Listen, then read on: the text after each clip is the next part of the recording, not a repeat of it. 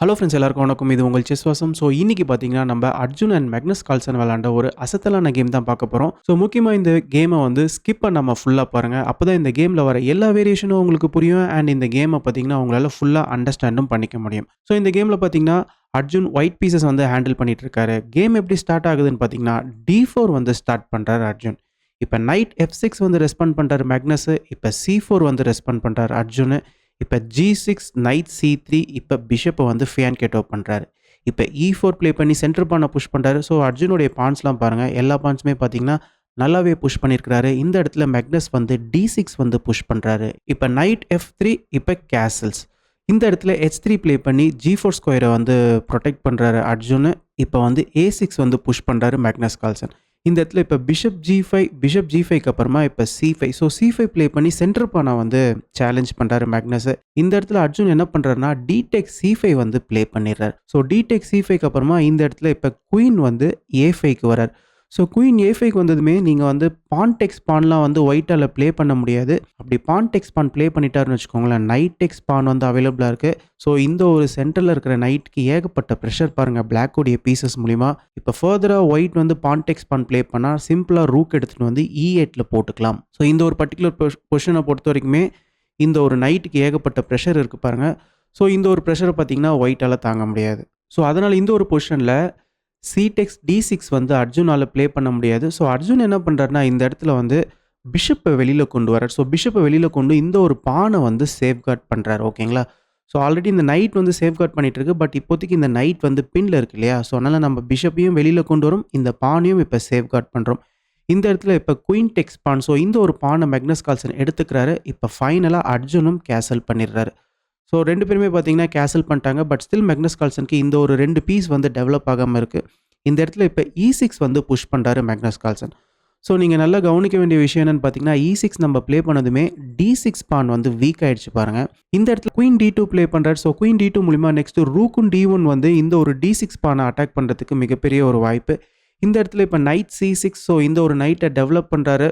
இப்போ வந்து rook FD1. So இந்த இடத்துல குயினும் ரூக்கும் ஒரே இடத்துல ஃபார்ம் பண்ணிட்டாங்க பாருங்கள். இந்த ஒரு பானை வந்து இப்போ அட்டாக் பண்ண போகிறாங்க. இந்த இடத்துல இப்போ நைட் D7. இப்போ பிஷப்பை வந்து E2க்கு கொண்டு வந்துடுறாரு அர்ஜுன். ஸோ பிஷப் E2 வந்ததுமே இந்த ஒரு பானுக்கு அட்டாக் இருக்குது பாருங்கள். நான் ஆல்ரெடி சொன்ன மாதிரி இப்போ நைட்டை வந்து சென்டர் ஆஃப் த போர்டுக்கு மேக்னஸ் கால்சன் கொண்டு வரார்.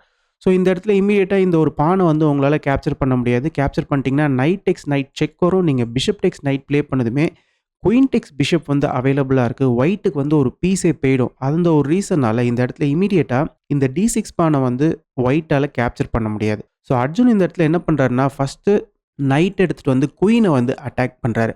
இந்த இடத்துல இப்போ மேக்னஸ் வந்து நைட் டெக்ஸ் நைட் ப்ளே பண்ணி ஒரு செக் தராரு. இப்போ பிஷப் டெக்ஸ் நைட்டுக்கு அப்புறமா இப்போ இந்த குயின் அட்டாக்ல இருக்கு இல்லையா?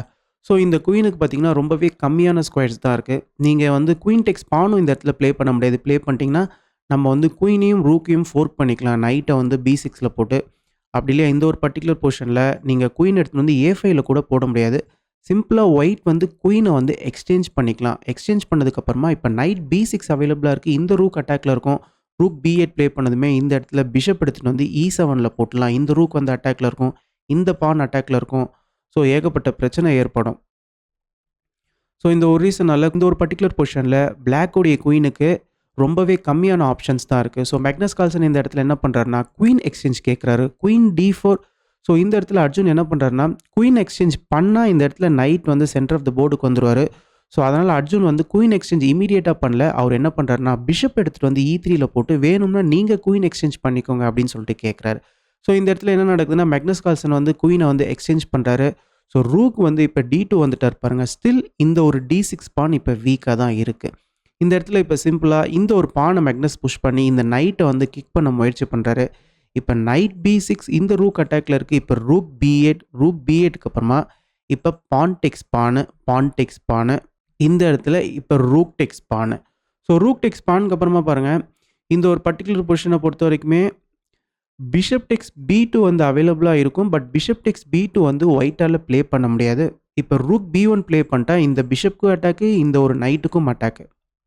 ஸோ இந்த ஒரு பொசிஷனில் வந்து மேக்னஸ் கால்சன் என்ன பண்ணுறாருன்னா நைட் B4 வந்து ப்ளே பண்ணுறாரு. ஸோ நைட் B4 மூலிமா நைட் வந்து C2 ஸ்கொயருக்கு ஜம்ப் ஆகிறதுக்கு ரெடியாக இருக்கிறாரு. இந்த இடத்துல அர்ஜுன் ரொம்பவே ஒரு கரெக்டான மூவை ப்ளே பண்ணுறாரு. Rook D2. So rook D2 மூலிமா இந்த ஒரு பானையும் சேஃப்கார்ட் பண்ணுறாரு இந்த ஒரு பிஷப் கிட்டேருந்து. அண்ட் நெக்ஸ்ட்டு நைட்டையும் C2 ஸ்கொயருக்கு வரவிடாமல் தடுக்கிறாரு. இந்த இடத்துல இப்போ நைட் வந்து திரும்ப இந்த ஒரு C6 ஸ்கொயருக்கே போயிடுறாரு. இப்போ rook C1. So rook C1 மூலிமா இந்த ஒரு நைட்டுக்கு அட்டாக்கு. இப்போ திரும்ப நைட் வந்து சென்டர் ஆஃப் த போர்டு வந்துடுறாரு. So night centre of the board வந்ததுமே பாருங்கள், இந்த ஒரு முக்கியமான D7 ஸ்கொயரை வந்து பிஷப்பும் பிளாக்கோடைய நைட்டும் வந்து சேஃப்கார்ட் பண்ணிட்டு இருக்காரு. ஏன்னா ஒயிட்டோடைய நைட் இங்கே வந்தால் பிளாக்கோடைய 2 ரூக்குக்குமே ஒரு ஃபோர்க் வரும். பட் இந்த இடத்துல அர்ஜுன் என்ன பண்ணுறாருன்னா சிம்பிளாக பிஷப் E2 ப்ளே பண்ணுறாரு. ஸோ பிஷப் E2 மூலிமா இந்த ஒரு பிஷப் வந்து சேஃப்கார்ட் பண்ணிக்கிறாரு. இப்போ பிஷப் B7. ஸோ இந்த ஒரு பிஷப் வந்து லாங் டயகனலில் போட்டார் பாருங்க. பட் இந்த ஒரு பிஷப் வந்து இப்போ இந்த D7 ஸ்கொயரை வந்து சேஃப்கார்ட் பண்ணிட்டு இல்லை, பிளாக்கோடைய நைட் மட்டும் தான் இப்போ சேஃப்கார்ட் பண்ணிட்டு இருக்காரு. இந்த இடத்துல அர்ஜுன் என்ன பண்ணுறாருன்னா F4 ப்ளே பண்ணி இந்த சேஃப்கார்ட் பண்ணிட்டு இருக்க இந்த நைட்டையும் இப்போ கிக் பண்ணுறாரு. Night C4. So night C4 மூலிமா பாருங்கள் இந்த D2ல இருக்கிற ரூக்குக்கும் அட்டாக்கு. இப்போ சிம்பிளாக பிஷப் டெக்ஸ் நைட் இந்த ஒரு நைட் எக்ஸ்சேஞ்ச் பண்ணுறாரு. நைட்டை எக்ஸ்சேஞ்ச் பண்ணதுக்கப்புறமா அர்ஜுனுக்கு வந்து நைட் D7 மூவ் வந்து அவைலபிளாக இருக்குது பாருங்கள். இந்த ஒரு 2 ரூக் இப்போ வந்து ஃபோர்க்கில் இருக்குது. இந்த இடத்துல இப்போ பிஷப் டெக்ஸ் E4 சென்டர் பானா வந்து கேப்சர் பண்ணிக்கிறாரு. இப்போ அர்ஜுன் என்ன பண்ணுறாருன்னு பார்த்தீங்கன்னா நைட் டெக்ஸ் ரூக். ஸோ இந்த ஒரு ரூக்கை டேக் பண்ணிக்கிறாரு. இப்போ ரூக் டெக்ஸ் நைட்டு. இப்போ சிம்பிளாக ரூக் டெக்ஸ் பான். ஸோ இந்த இடத்துல பாருங்கள் C4 பானும் பார்த்தீங்கன்னா மேக்னஸ்க்கு போயிடுச்சு. இப்போ இந்த ஒரு பிஷப் வந்து அட்டாக்ல இருக்குது. இப்போ பிஷப் வந்து இந்த ரூக் அட்டாக் பண்ணுறாரு. இப்போ ரூக் A4 வந்து ப்ளே பண்ணுறாரு அர்ஜுன். ஆக்சுவலாக ரூக் A4க்கு பதிலாக இந்த இடத்துல ரூக் C7 தான் பார்த்தீங்கன்னா பெட்டரான மூவாக இருந்திருக்கும். எதனாலன்னு கேட்டிங்கன்னா இந்த ஒரு B2 பான் வந்து ஹேங்கிங்கில் இருக்கிற மாதிரி இருக்கும் உங்களுக்கு. இப்போ இந்த B2 பானை உங்களால் ரூக்கை வச்சும் எடுக்க முடியாது. ரூக்கை வச்சு எடுத்துட்டிங்கன்னா சிம்பிளாக ரூக் C8 செக் வரும். நீங்கள் பிஷப்பை வச்சு தான் பிளாக் பண்ணுற மாதிரி இருக்கும். இப்போ இந்த ரூக்கை நம்ம கேப்சர் பண்ணிக்கலாம். இப்போ நீங்கள் பிஷப்பை வச்சும் இந்த பானை எடுக்க முடியாது. சப்போஸ் எடுத்துட்டிங்கன்னா ரூக் டெக்ஸ் பிஷப்பு, ரூக் டெக்ஸ் ரூக்கு. இப்போ ரூக் மூலிமா ஒரு செக் வரும். நீங்கள் கிங்கை கீழே தான் கொண்டு வர மாதிரி இருக்கும். இப்போ பிஷப் மூலிமா இன்னொரு ஒரு செக் கொடுத்து இந்த ரூக்கை நம்ம வின் பண்ணிடலாம். ஸோ இதுலேருந்து பார்த்தீங்கன்னா ஒயிட்டுக்கு வந்து ஒரு நல்ல மெட்டீரியல் அட்வான்டேஜ் கிடைக்கும். ஸோ இந்த ஒரு ரீசனால் இந்த ஒரு பர்டிகுலர் பொசிஷனில் வந்து ரூக் C7 தான் பார்த்தீங்கன்னா பெட்டரான மூவாக இருந்திருக்கும். பட் அர்ஜுன் வந்து ரூக் A4 வந்து ப்ளே பண்ணியிருக்கிறாரு. ஸோ ரூக் A4 மூலிமா உங்களால் இந்த A8 ரேங்கில் செக் கொடுக்க முடியாது. ஏன்னா பிளாக்குடைய பிஷப் இங்கே வந்து பார்த்துட்ருக்காரு. பட் எனிவே ரூக் A4க்கு அப்புறமா மேக்னஸ் கால்சன் வந்து பிஷப் டெக்ஸ் B2 வந்து ப்ளே பண்ணுறாரு. இப்போ பிஷப் D4.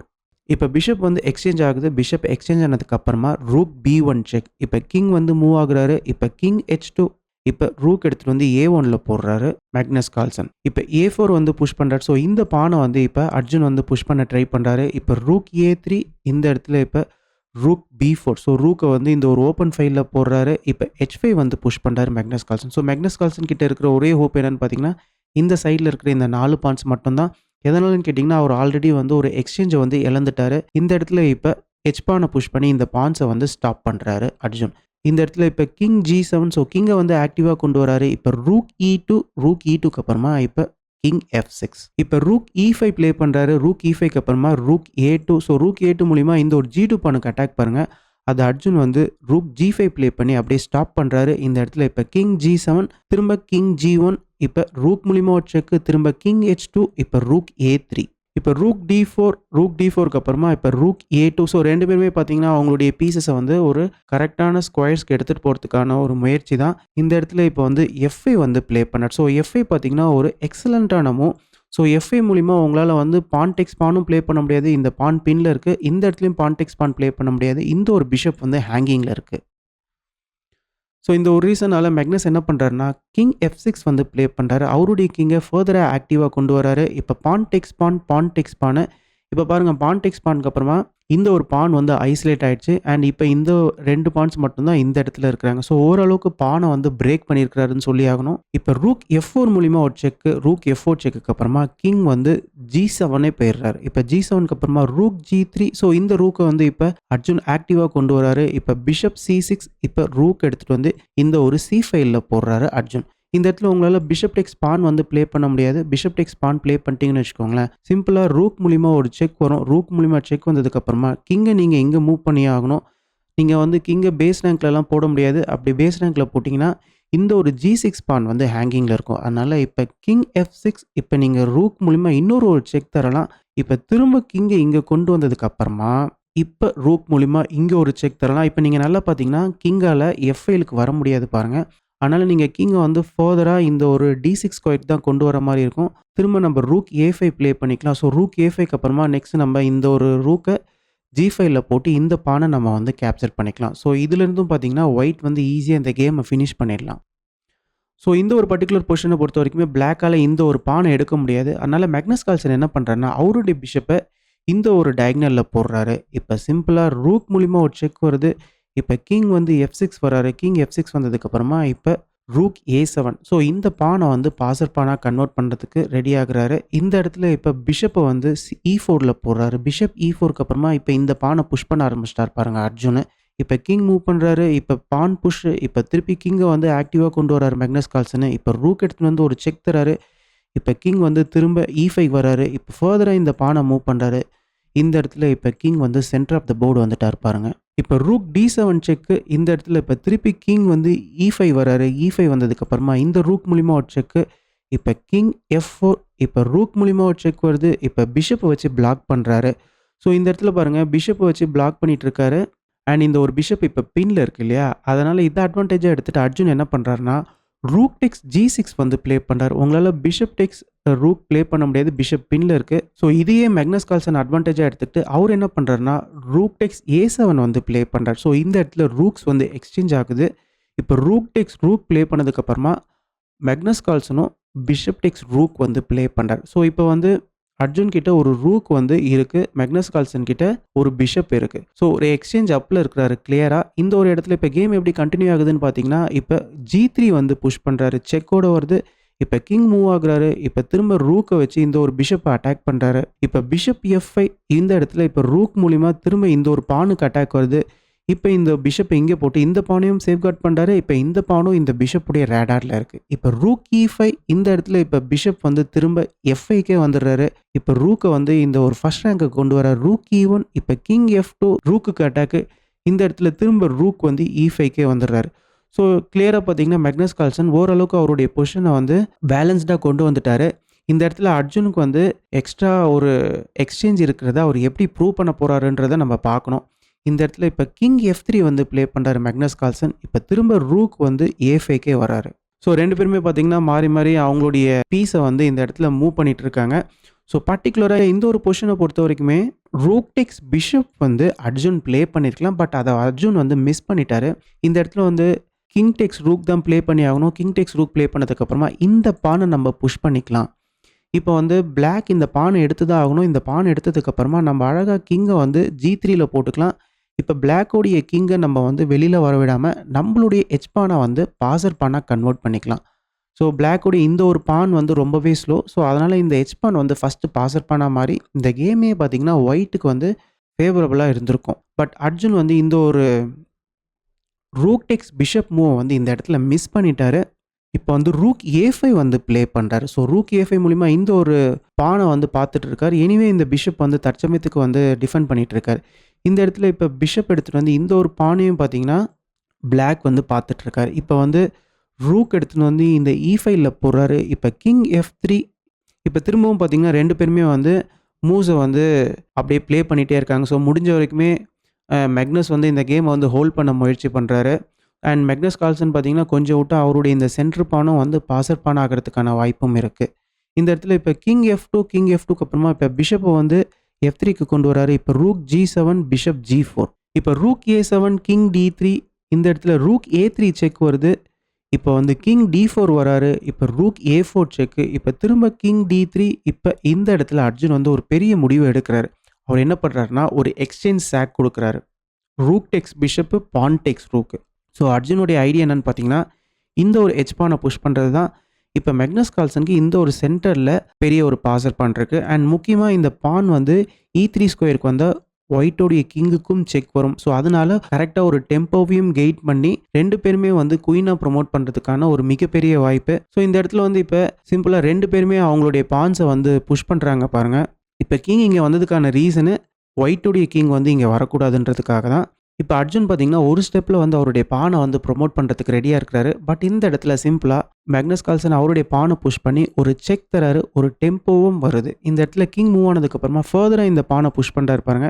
இப்ப மேக்னஸ் கால்சனும் பார்த்தீங்கன்னா, ஒரு மூவ்ல குயினா ப்ரமோட் பண்றதுக்கு ரெடி ஆயிட்டாரு. இப்ப 2 பேருமே பார்த்தீங்கன்னா, குயினா ப்ரமோட் பண்ணிக்கிறாங்க. ஸோ இந்த ஒரு பர்ட்டிகுலர் எண்ட் கேமை பொறுத்த வரைக்குமே மேக்னஸ் கால்சன் வந்து ஒரு ஸ்பெஷலிஸ்ட்ன்னு சொல்லுவாங்க. எதனாலன்னு கேட்டிங்கன்னா, முக்கியமா ஒரு குயின் எண்ட் கேமில் வந்து ரொம்பவே சிறப்பா ப்ளே பண்ணுவாரு. முக்கியமா அவருக்கு ஒரு எக்ஸ்ட்ரா பீஸ் இருந்துச்சுன்னா, ஆப்போனன்ட்ட கன்ஃப்யூஸ் பண்ணி வின் பண்ணுவாரு.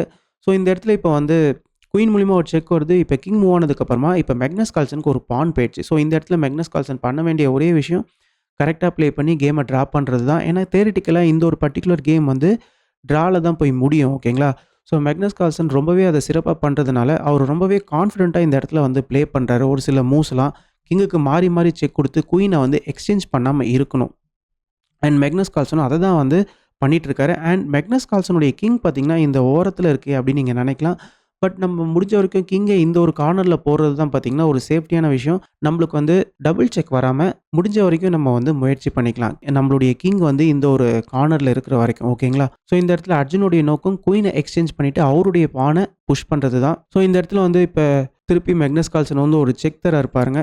இப்போ சிம்பிளா குயின வச்சு பிளாக் பண்றாரு. பட் குயின வந்து எக்ஸ்சேஞ்ச் பண்ணக்கூடாது இல்லையா? திரும்ப மேக்னஸ் கால்சன் குயின் E8 போறாரு. ஸோ 2 பேருமே பார்த்தீங்கன்னா, மாறி மாறி ப்ளே பண்ணிக்கிறாங்க. ஸோ கிட்டத்தட்ட 90 மூவ்ஸ வந்து இந்த கேம் வந்து இப்ப தாண்டிடுச்சு. ஸோ இதுவரைக்குமே பார்த்தீங்கன்னா, மேக்னஸ் கால்சன் ரொம்பவே அழகா அவருடைய குயின வச்சு சூப்பரா டிஃபெண்ட் பண்ணிட்டு இருக்காரு. ஸோ இப்ப வந்து இந்த கிங் வந்து இங்க போயிட்டாரு பாருங்க. இப்ப கிங் B1 இப்ப G6 ப்ளே பண்றாரு. இந்த இடத்துல இப்ப குயின் D7 செக். இப்ப திருப்பி கிங்க மூவ் பண்றாரு. திருப்பி செக் வருது. இப்ப திருப்பி குயின வச்சு பிளாக் பண்றாரு. இப்ப திருப்பி செக் வருது. இப்ப திருப்பி குயின வச்சு பிளாக் பண்றாரு. ஸோ இதே மாரி மாறி மாறி ப்ளே பண்ணா ஒரு ஸ்டேஜ்ல கேம் வந்து ட்ரால தான் போய் முடியும். ஸோ இப்ப குயின் C8 செக். இப்ப திருப்பி கிங்க மூவ் பண்றாரு. இப்ப திருப்பி குயின் மூலியமா இங்க ஒரு செக் வருது. இப்ப திருப்பி குயின வச்சு பிளாக் பண்றாரு. ஸோ இந்த இடத்துல மேக்னஸ் கால்சன் பண்ண ஒரு நல்ல விஷயம் என்னன்னு பார்த்தீங்கன்னா, அவருடைய கிங்க லைட் ஸ்கொயர்ல போட்டு அவரு டாட் ஸ்கொயர் டயகனல்ல தான் பார்த்தீங்கன்னா செக் தராரு. ஏன்னா மேக்னஸ் கால்சனுடைய குயினும் டாட் ஸ்கொயர்ல இருந்துச்சுன்னா, குயின எக்ஸ்சேஞ்ச் பண்ற மாரியான ஒரு சிச்சுவேஷன் வந்துரும். ஸோ இது அர்ஜுனுக்கு தான் ஃபேவரா முடியும். ஸோ இந்த இடத்துல இப்ப திரும்பி குயின் மூலியமா ஒரு செக். இப்ப கிங்க வந்து மூவ் பண்ணிக்கிறாரு. இப்ப குயின் B8 இப்ப திரும்ப செக் வரதுனால இப்ப கிங்க மூவ் பண்ணிக்கிறாரு. ஸோ இப்ப கிட்டத்தட்ட நம்ம வந்து 100 மூவ்ஸ வந்து தாண்டியாச்சு. ஸோ 2 பேருமே பார்த்தீங்கன்னா, மாறி மாறி ப்ளே பண்ணிட்டு இருக்காங்க. ஸோ அர்ஜுன் வந்து எங்க மேக்னஸ் கால்சன் ஏதாவது ஒரு இடத்துல விட்டுருவாரான்னு சொல்லிட்டு அவரு பார்த்துட்டு இருக்காரு. ஸோ மேக்னஸ் கால்சன் வந்து இந்த கேம் வந்து ரொம்பவே சிம்பிளா ட்ரா பண்ணிக்கலான்ற ஒரு நோக்கத்துல இப்ப ப்ளே பண்ணிட்டு இருக்காரு. ஸோ இதுவரைக்குமே பார்த்தீங்கன்னா, கேம் வந்து நல்லா தான் போயிட்டுருக்கு. ஸோ அன்டில் இந்த ஒரு பர்ட்டிகுலர் செக்குக்கு அப்புறமா மேக்னஸ் கால்சன் ஒரு மிகப்பெரிய பிளண்டர பண்ணிட்டாரு. அதாவது அவருடைய குயின D7ல போட்டுட்டாரு. ஸோ குயின D7ல போட்டதுமே பாருங்க, இந்த இடத்துல வந்து குயின் F5 வந்து அவைலபிளா இருக்கு. இப்ப செக்கையும் பிளாக் பண்றோம். இப்ப நம்ம பிளாக்குடைய கிங்குக்கும் செக் தரோம். இப்ப பிளாக்குடைய குயினும் அட்டாக்ல இருக்கு. ஸோ இந்த இடத்துல நம்ம வந்து குயின் எக்ஸ்சேஞ்ச ஃபோர்ஸ் பண்றோம். குயின் எக்ஸ்சேஞ்ச் பண்ணதுக்கு அப்புறமா அர்ஜுன் வந்து இந்த பான வந்து புஷ் பண்ண ஆரம்பிச்சுருவாரு. ஸோ இதனால மேக்னஸ் கால்சன் இந்த ஒரு பர்ட்டிகுலர் பொசிஷன்ல கேமையே வந்து ரிசைன் பண்ணிட்டாரு. ஸோ எந்த ஒரு விஷயத்துல மேக்னஸ் கால்சன் ஸ்பெஷலிஸ்ட்டோ, ஸோ அந்த ஒரு விஷயத்தையே பார்த்தீங்கன்னா, அர்ஜுன் வந்து பிரேக் பண்ணியிருக்கிறாரு. ஸோ இது வந்து ஒரு கிளாசிக்கல் கேமா இருந்தா கண்டிப்பா வந்து மேக்னஸ் கால்சனால ஹோல்ட் பண்ணியிருக்க முடியும். பட் டைம் பிரஷர்ல அர்ஜுன் ரொம்பவே காமா, கம்போஸ்டா ப்ளே பண்ணியிருக்கிறாரு. அண்ட் முக்கியமா டைம் பிரஷர்ல மேக்னஸ் கால்சன் வந்து ரொம்பவே சிறப்பா ப்ளே பண்ணுவாரு. பட் நம்மளுடைய அர்ஜுனுடைய கான்ஃபிடன்ஸ் லெவல் வேற லெவல்ல இருந்திருக்கு. அண்ட் ஃபைனலா கேமையும் அவருக்கு ஃபேவரா கொண்டு போயிருக்காரு. ஸோ இந்த ஒரு கேம பத்தின கருத்துக்கள கமெண்ட் செக்ஷன்ல மென்ஷன் பண்ணுங்க. அண்ட் இந்த ஒரு வீடியோவையும் முடிஞ்ச வரைக்கும் நெறைய பேருக்கு ஷேர் பண்ணுங்க. நெறைய பேர் லைக் பண்ணுங்க. அப்பதான் யூடியூப் வந்து நெறைய பேருக்கு இந்த வீடியோவ கொண்டு போய் சேர்க்கும். Thank you.